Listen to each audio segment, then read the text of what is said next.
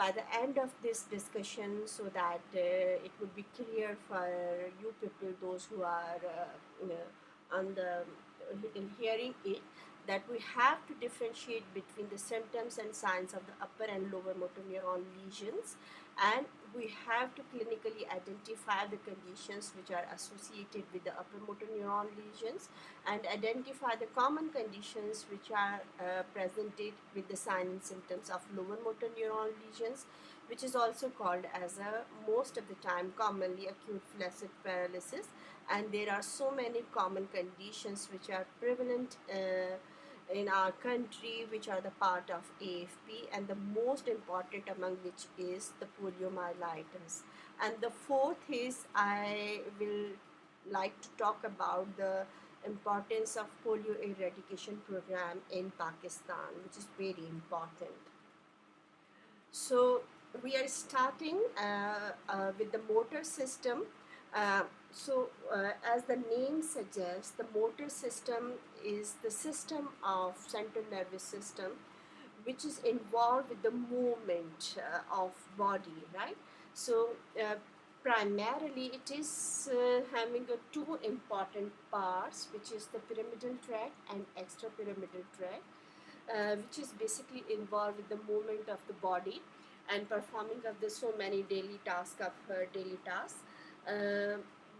In this upcoming presentation, we will largely focus on a motor system which is consisting of a pyramidal system, the corticospinal tract, right? So this is the pictorial depiction of the neurons which are involved in upper and lower motor system. So if you can see with this cursor, so this blue line shows the origin of the upper motor neurons, right? And as we all know in our basic sciences, that the upper motor neurons are originating from the cerebral cortex, the precentral area, the area in front of the central gyrus, and the cell bodies are the cell bodies of the pyramidal cells in the cerebral cortex in the precentral area, and these cell bodies form the axons which united to form the long tract which is called as a corticospinal tract, right? So they are originating from the higher center, the cortex, and goes downward and form important tract which is called as a pyramidal tract or corticospinal tract. And in most of my presentation, if it is representing the upper motor neuron, it will be representing the corticospinal tract, right? So this upper motor neuron ends in spinal cord, and where the upper motor neuron ends from in the gray matter of the spinal cord, and from the anterior area of the gray matter, which is called as the anterior horn, the lower motor neuron originated, which is shown in a green color in this diagram. So this lower motor neuron is an anterior horn neuron. It enters into the nerve roots, radicus, and then it's form a peripheral nerves, and the peripheral nerve goes toward the neuromuscular junction. So as it is shown in a crossed line, so any lesion in the corticospinal tract from their site of origin in the cortex till their end in the spinal cord is called as a upper motor neuron lesion, and any lesion which is as it is shown in by a cross on a green line from the anterior horn cell origin in the peripheral nerve till the neuromuscular junction is called as a lower motor neuron lesions, right? So now we will talk about detail about the upper motor neuron lesion. So this is another picture which just give us a clear idea about what the corticospinal tract is. As we talk about, it originated from the precentral cortex, the motor area of the cerebral cortex. These are the cell bodies, these cell bodies gives the axons. Axons united, they travel in an internal capsule, which is the structure of white matter in the cerebrum, and then they enter into the brain stems, like in midbrain, in pons and medulla oblongata. So they form the corticospinal tract, the pyramidal tract, which also called as, and in a medulla there is a projection which is called as a pyramid because of its shape like a pyramid. And majority of these corticospinal fibers, about 70 to 80% of these fibers decussate. They goes toward the opposite half of the spinal cord, right, and traveled as a corticospinal tract, while 20 to 30% of the fibers are do not decussate and they travel in the same side, right. And this is very important clinically, because majority of the fibers which are decussating in the pyramid and goes toward the opposite sides, they supply to the appendicular structure, the limbs, the distal half of the limbs, and the distal half of the face, while the upper half of the face or axial skeleton is supplied by the neurons which do not decussate, and those travel in the same side of the spinal cord, which is very important clinically, as we will talk in upcoming slide, right. So this is the motor cortex, this is the internal capsule, this is the brain stem, which is comprising of midbrain, pons, and medulla oblongata, and this is the spinal cord. So this is just a brief, this is just the detail of about the internal capsule. Basically, internal capsule is the white matter structure, and it comprises of the corticospinal tract and other structures also, like corticobulbar fibers. So internal capsule is having two limbs, anterior limbs as it is shown in a cursor, and this is the genu and the posterior limb. So both limbs joined at the genu, and this internal capsule is surrounded by a basal ganglia structures, right, thalami and basal ganglia structure.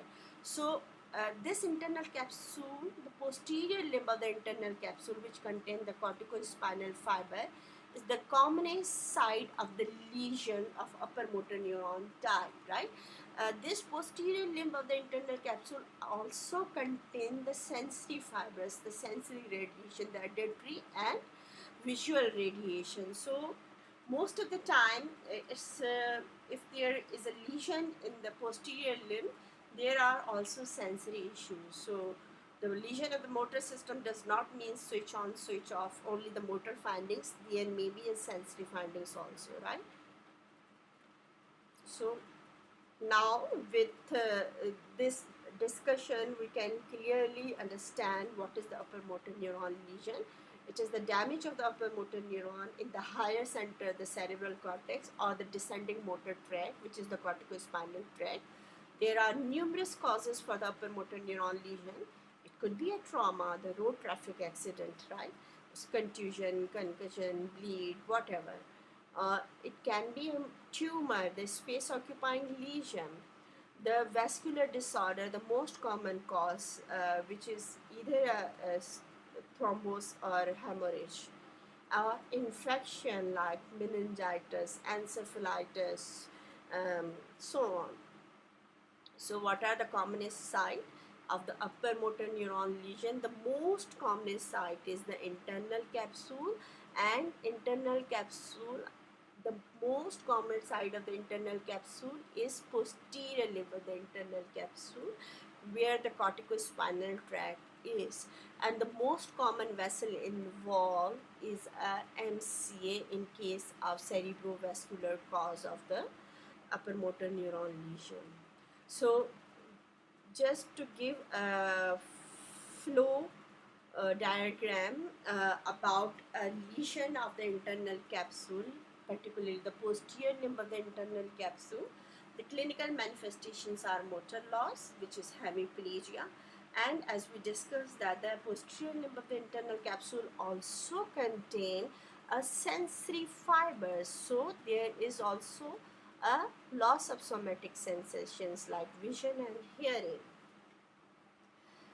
This is a tabular form which shows a common difference, major difference between the upper motor neuron and lower motor neuron syndromes. So in a upper motor neuron syndrome, the type of paralysis is spastic paralysis, because there is no complete loss of the supply to the muscle. In fact, there is a loss of inhibitory mechanism, so which leads to the failure of the antagonist muscle group while the agonist continuously have a supply. So it will lead to the spasticity. There is a loss of inhibitory balance, right? While in a lower motor neuron syndrome, there is a flaccid paralysis. There is a complete loss. The stretch reflex and tendon reflexes are complete loss. So there is a flaccidity. And for the same reason as the supply is maintained in upper motor neuron syndrome, so there is no atrophy, which is called as a disuse atrophy. While in a lower motor neuron syndrome, there is a severe atrophy because of the loss of the supply. Deep tendon reflexes, DTR, increase, right, in upper motor neuron syndrome because of a loss of supraspinal facilitation. While in a lower motor neuron syndrome, there are absent deep tendon reflexes. The pathological reflexes like Babinski's sign, which is the hallmark of upper motor neuron syndrome, is positive in upper motor neuron syndrome, which is absent in a lower motor syndrome. The superficial reflexes are absent, and they may be absent in a lower motor neuron syndrome, but they are not generalized absent. They may be absent in the site of the lesion, so usually they are present. Fasciculation is absent in upper motor neuron syndrome. This is present in a lower motor neuron syndrome.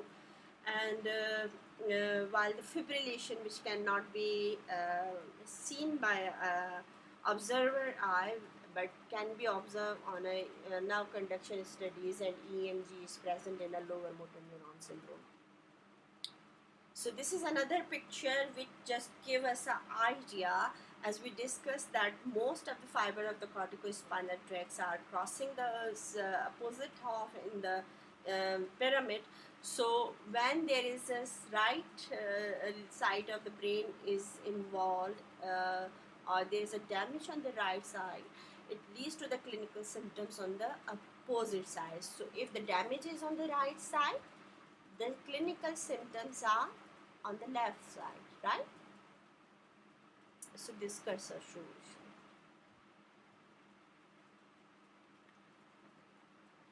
So just a detail about the clinical symptoms of upper motor neuron lesion. Whenever there is a upper motor neuron lesions, it may lead to the complete paralysis, contralateral paralysis, which is called as a hemiplegia, or it may lead to a contralateral weakness, which is called as a hemiparesis, right? So the paralysis is, there is a loss of voluntary movements of the distal muscles of the limb, which is the major function of the corticospinal tract, and the lower half of the facial muscles and muscle of the tongue.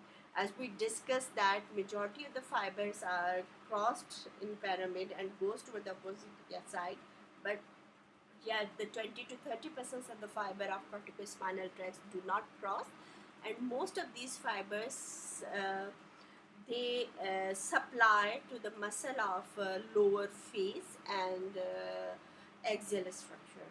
So,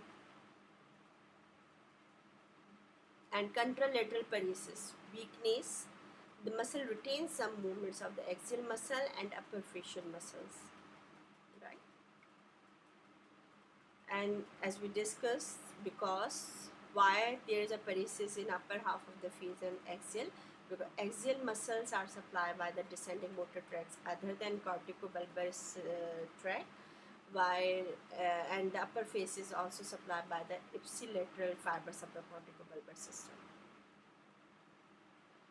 So as we discussed in table that about common symptoms of upper motor neuron lesions, so there are exaggerated tendon jerks, the deep tendon reflexes, and there may be a exaggeration of such extent which is due to the positivity of the clonus, which is grade 4 exaggerated tendon reflexes.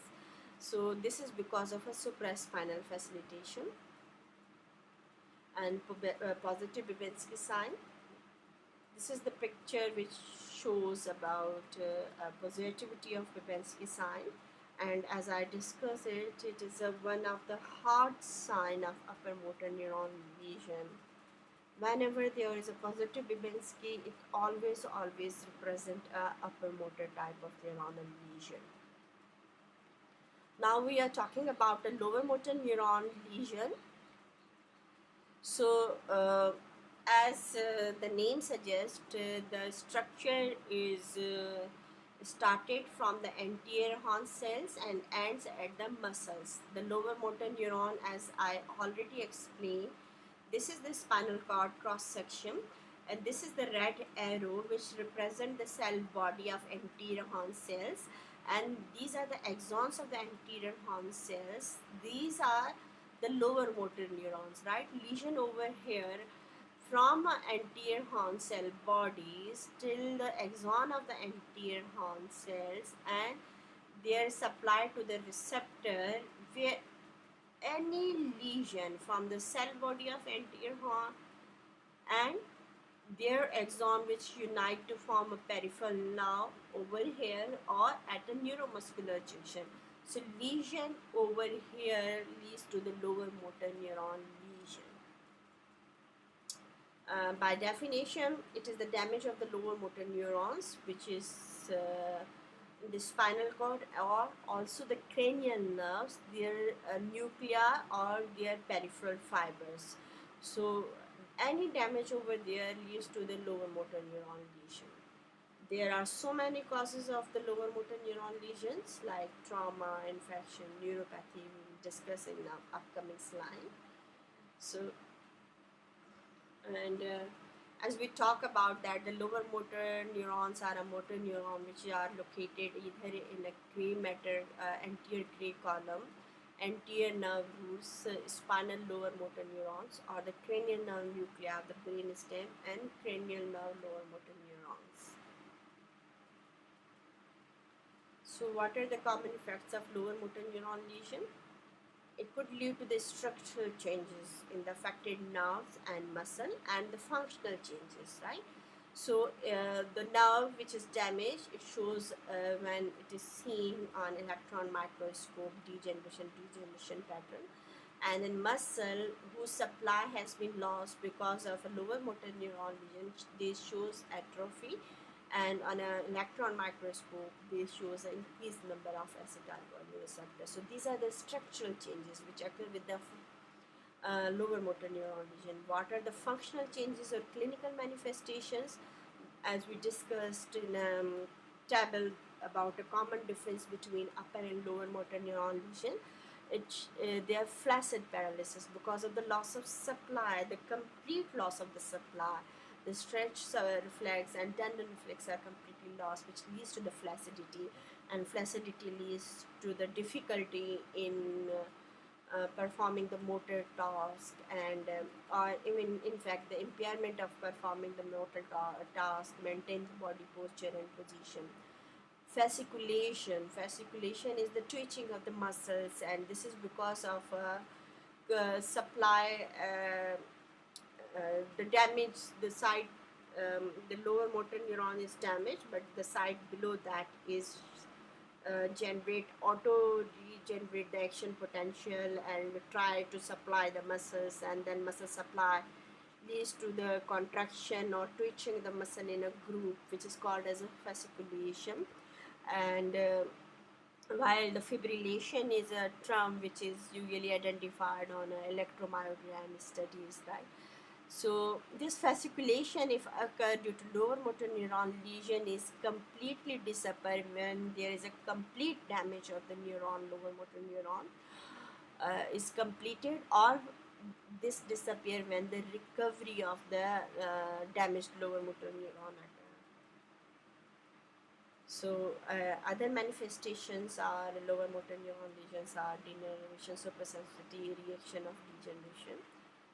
So if we discuss in detail about the functional effect of lower motor neuron, which is flaccid paralysis, and with loss of all type of movements which include voluntary, postural and reflexes. There is a loss of reflexes which include the stretch reflex and loss of muscle tone and tendon jerk, all these lead to the flaccidity. And the one important thing clinically, as we discuss in upper motor neuron lesion, there is involvement of the large area, right? Can be a whole half of the body can be involved if there is an upper motor neuron lesion. But while in a lower motor neuron lesion, the extent of paralysis is usually limited to a small group of muscle or a one limb, like in a poliomyelitis, only the one limb can be affected if it is a classical type of poliomyelitis. So usually this is the case. Maybe flaccidity in lower motor neuron type of lesion may be generalized in few conditions like GBS, Guillain-Barré syndrome. So yet proceed further for the functional effect of lower motor neuron lesion, the fasciculation as discussed. So it usually appears a few days or weeks after denervation, and it disappears as we talked when there is a recovery or complete damage. Why this fasciculation occur? And what is this fasciculation? We discuss is that is synchronous visible contraction of the motor unit, all muscle fibers supplied by the injured axon, and result from a spontaneous generation of action potential, right, in distal segment of the injured axon. And fibrillation, this effect is seen on EMG. And the another difference between a fasciculation and fibrillation is fasciculation is synchronized while the fibrillation is asynchronized, and it is detected on a EMG electromyogram. So this is a detail of those things which we already talked in a upper motor neuron lesion and lower motor neuron lesion difference. So the cause of upper motor neuron lesion is could be due to vascular cause, stroke, which can be hemorrhage or thrombosis, and the most common site is posterior limb of the internal capsule. And upper motor neuron lesion leads to the damage of both pyramidal and extrapyramidal fibers, while in the lower motor neuron lesion, the lesion is maybe on the anterior horn in the peripheral nerve. So anterior horn common lesion is the poliomyelitis, which we will discuss in detail in upcoming slides. And while the damage of the motor nerve could be due to so many reasons, and one of them is demyelinating disorder like Guillain-Barré syndrome or chronic illness in adult like diabetes mellitus. So if there is an upper motor neuron lesion and lower motor neuron lesion, the character of paralysis we discussed already. Upper motor neuron lesion, the opposite half is affected, and a widespread effect is there because the large area is in, the small area is destroyed, but the fibers are condensed. So it leads to the damage, it leads to the clinical symptoms in a large area. So paralysis is usually of widespread, affecting half of the face, upper and lower limbs, and chances of recovery are poor, right? While in a lower motor neuron lesion, the paralysis is on the same side, while in upper motor neuron lesion, it is on the opposite side. And in a lower motor neuron lesion, it is localized, it is not generalized widespread. We discussed it already. And there may be chances of recovery, like in a GBS, the patient do recover. In traumatic neuritis, patient do recover. While poliomyelitis, there is no recovery. So there is possibility of recovery in upper motor neuron lesion, lower motor neuron lesion. Muscle tone in upper motor neuron lesion is hypertonia. We already discussed because of a loss of inhibitory effect of the cortical extrapyramidal area and increased facilitatory impulse on the motor neuron, right? So there is a facilitation of the stretch reflex which leads to the hypertonia. In a lower motor neuron lesion, there is hypotonia or atonia which leads to the flaccidity, and the causes interruption of stretch reflex. The DTR are exaggerated in upper motor neuron lesions while they are absent in a lower motor neuron lesion. Superficial reflexes, the lost on the affected side on upper motor neuron lesion because loss of supraspinal facilitation. The most commonly clinically observed superficial reflexes are abdominal reflexes, and in case of a male child, these are the cremaster reflexes. And the plantar reflexes are positive, which already we discussed is the hard sign of upper motor neuron lesion, and this is the hallmark of upper motor neuron lesion. While in a lower motor neuron lesion, there may be a segmental loss of the superficial spinal reflexes, and beyond that segment which is affected, they may be positive. So muscle vesting is there in upper motor neuron lesion, while it is absent in a lower motor neuron lesion. We discuss about a fasciculation which is present in a lower motor neuron lesion. What are the common upper motor neuron lesion? So upper motor neuron, as we discussed, is a higher center and corticospinal tract and basal ganglia. So cortical lesions may be gray and white matter, and basal ganglia lesions. But in this presentation we are talking about the corticospinal tract. So cortical lesions could be due to congenital and acquired. I will briefly talk about those conditions of upper motor neuron type which are shown in a red color, like cerebral palsy, which can be a congenital, which can be acquired, and it is one of the commonest clinical condition related to neurology which we see in pediatric group. And as it can be prevented in majority of cases, so I just give a few brief discussion on this cerebral palsy when we talk about common upper motor neuron problems. So by name, this is just a brief about a cerebral palsy. So if we talk about a verbal definition, it is cerebral means brain and palsy means paralysis. And the important thing which I want that you people to understand, that the cerebral palsy is a non-progressive injury to the motor area of the developing brain, right? And so the injury is non-progressive, it does not progress, it involves the area which are related with the motor system, and as it is in related with the motor system, so the affected patient primarily have a body problem with the body movement and muscle coordination, right? And as I already told you that the cerebral palsy can be a congenital and acquired. So these are the type of cerebral palsy according to the muscle tone. There are many way of classification of cerebral palsy, and this is the one way of the classification of cerebral palsy according to the muscle tone or physiological classification, which is commonly used. Another classification is according to the area is involved. So usually we see a commonest variety, which is the spastic type, right, or mixed type. The other are like ataxic, athetoid, and atonic cerebral palsy. They are less common. The much common is the spastic type of cerebral palsy and mixed type of cerebral palsy.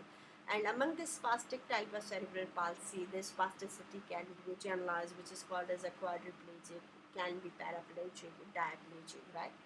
So this is beyond the scope of this presentation, but inshallah we will talk about the cerebral palsy in detail in next lecture. So we will discuss in detail. What are the commonest manifestation of cerebral palsy in a child?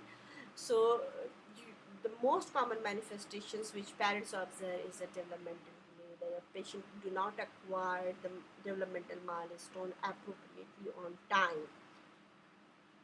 The patient is having a difficulty in walking, altered muscle tone, persistent of few pathological primitive reflexes, and abnormal posturing as it is involving the motor area. So this is very important, and this is a message for everybody, as all of you are already at your home. So I cannot say this is a take-home message, but this is very important message. There is no treatment to cure the cerebral palsy, but in a majority of patients it can be prevented, right?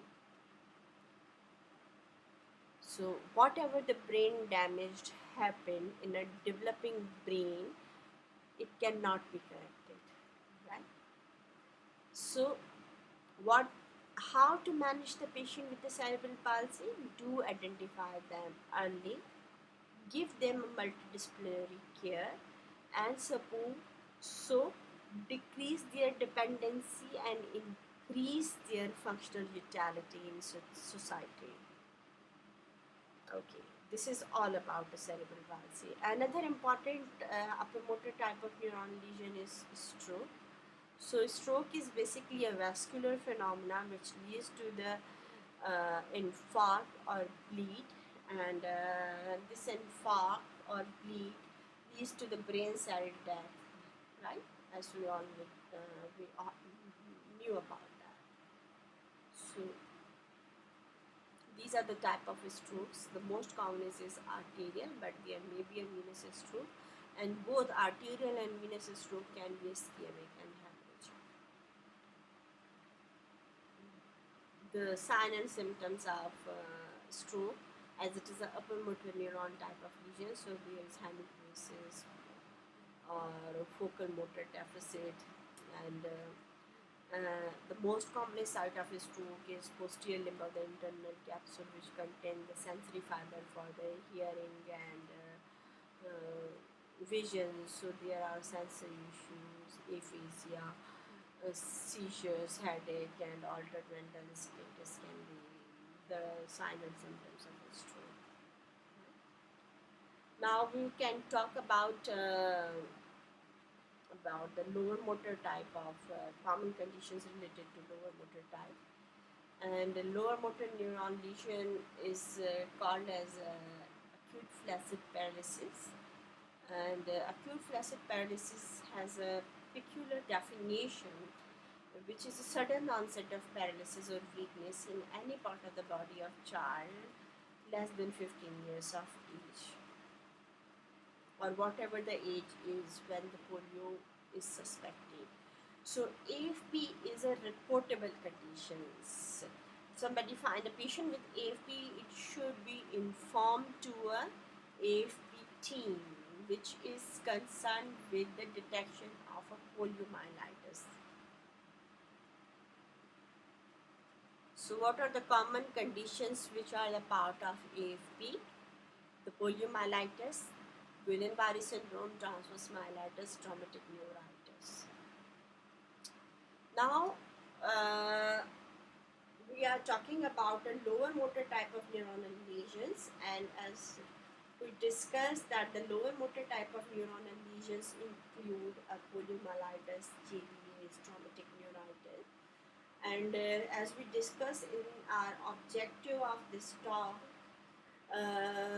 we showed that we can talk about a poliomyelitis, which is one of the important condition of lower motor neuron type. And why this is important in our country, because unfortunately the polio is eradicated worldwide, but it is yet prevalent in Pakistan. We are still having the cases, and Pakistan is among the 3 countries in the world where the polio cases are yet detected. Otherwise, the world is polio free. So this is the introduction about the importance why the poliomyelitis is included in this talk, as it is one of the cause of the AFP, and it is a reportable conditions to the people who are involved with the detection and surveillance of poliomyelitis, who are the part of polio eradication program. So and it is a contagious disease, and it is a preventable disease, right? So it can be prevented. Proper vaccination can prevent it. So now we are starting about a few fact about the poliomyelitis. So polio is caused by a poliovirus, and the virus initially invades the GIT tract and subsequently spread to the central nervous system, and then finally damage the anterior horn cells of the spinal cord. So it has a fecal-oral transmission, and the route of entry is mouth, multiplies in the seal of mucous membrane in the pharynx and intestine. It goes to invade the lymphoid tissues.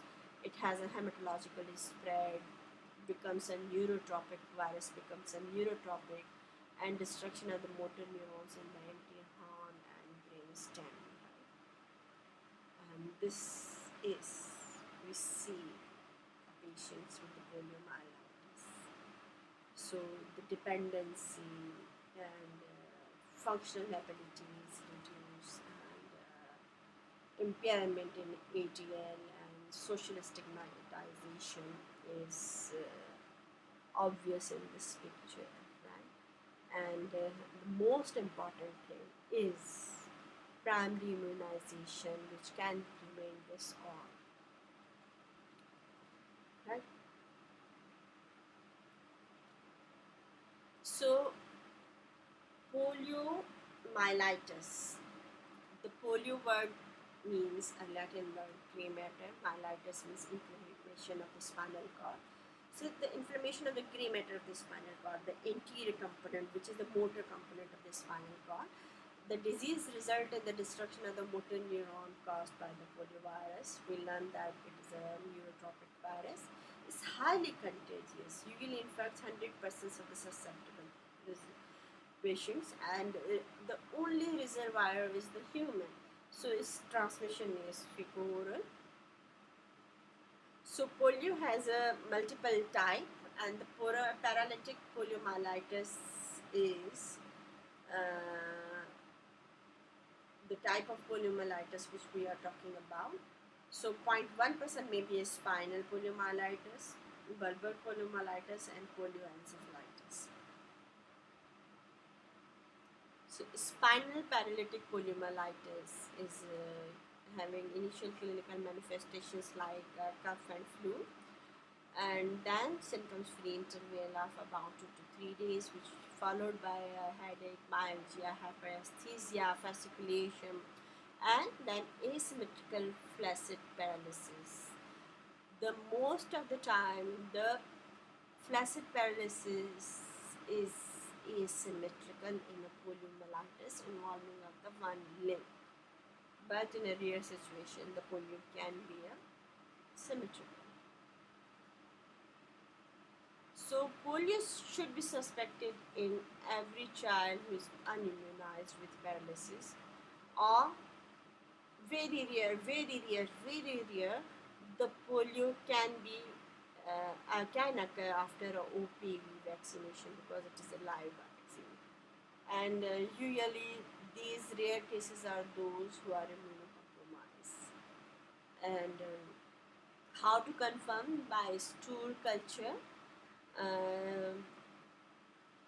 And usually we clinician will involve the polio surveillance team, and they come and collect the stool sample of the patient and then send them to a National Institute of Health, where they do the testing on these stool sample and confirm about presence or absence of the poliovirus in a stool sample of the patient. So it's confirmed through ELISA and PCR technique, which is done on a stool specimen. What are the clinical outcome of poliovirus infection, which is shown in this slide? So arrow represent paralytic poliomyelitis 0.5%, clinical illness, no paralysis in 4 to 8%. The majority of the poliomyelitis infections are asymptomatic, 90 to 95% of the cases. But these asymptomatic infections are the major cause of the spread of the disease, right? So hygiene and water supply and sanitation is important to prevent the spread. Is there any treatment for a poliomyelitis? No. So why we are talking about the poliomyelitis? Prevention. So prevention gives 100% protection, and this is very important. How to prevent? the immunization, the vaccine, and these are the types of vaccine: the injectable and oral polio vaccine.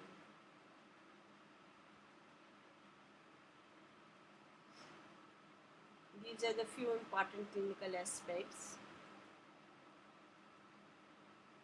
So we discuss about asymmetrical flaccid paralysis, fever, then symptom-free interval, and then paralysis and weakness which persists throughout the life. We cannot cure it, we cannot correct it, and sensory structures are not involved in poliomyelitis, right? It's only the gray matter of anterior horn, so it has no sensory disturbance, preservation of the sensory.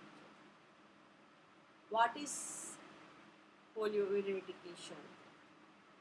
So WHO definition for a polio eradication is zero incidence with wild poliovirus transmission anywhere in the world.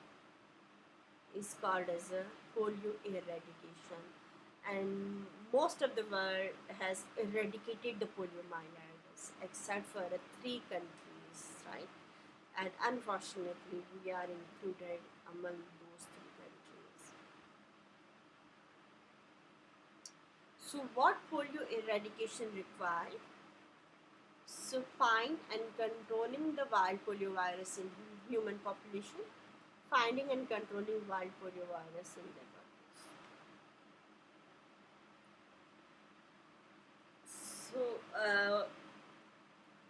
polio eradication program, what are the objectives of these programs?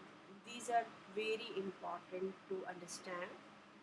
The objective of polio eradication program is to interrupt the transmission of the wild polio virus as soon as possible. When the case is identified, the team should be informed which identify the index case and then screen the population around that index case and prevent transmission. So transmission of the wild polio virus as soon as possible, which is one of the important objective of polio eradication program, and to achieve certification of global polio eradication. And by meeting that definition, what is the eradication, polio eradication? The zero incidence, right? And to contribute the health system development and strengthening routine immunization and surveillance to communicable disease in a synergistic.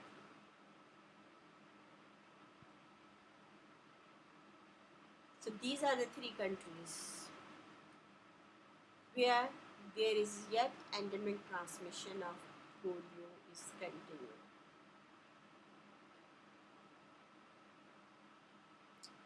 We will try to take out the name of our country from these 3.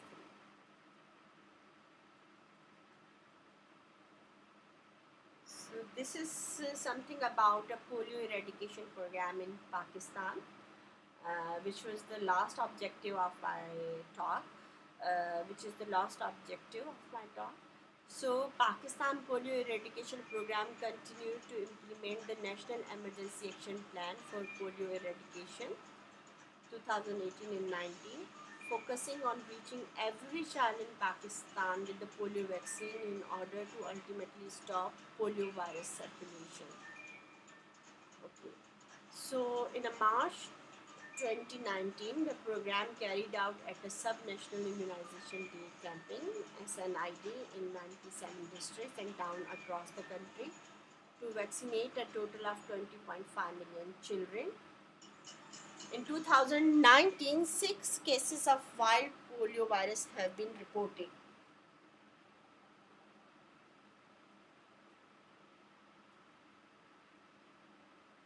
So these are the details of those cases, and nowadays as everybody is busy in this pandemic, so I will not try to look into the data of 2020, and and has been reported that the primary immunization rate is reduced in 2020 because of this pandemic, which is a worse situation that may lead to the surge of those vaccine preventable conditions, and polio is among them. So the very important slide,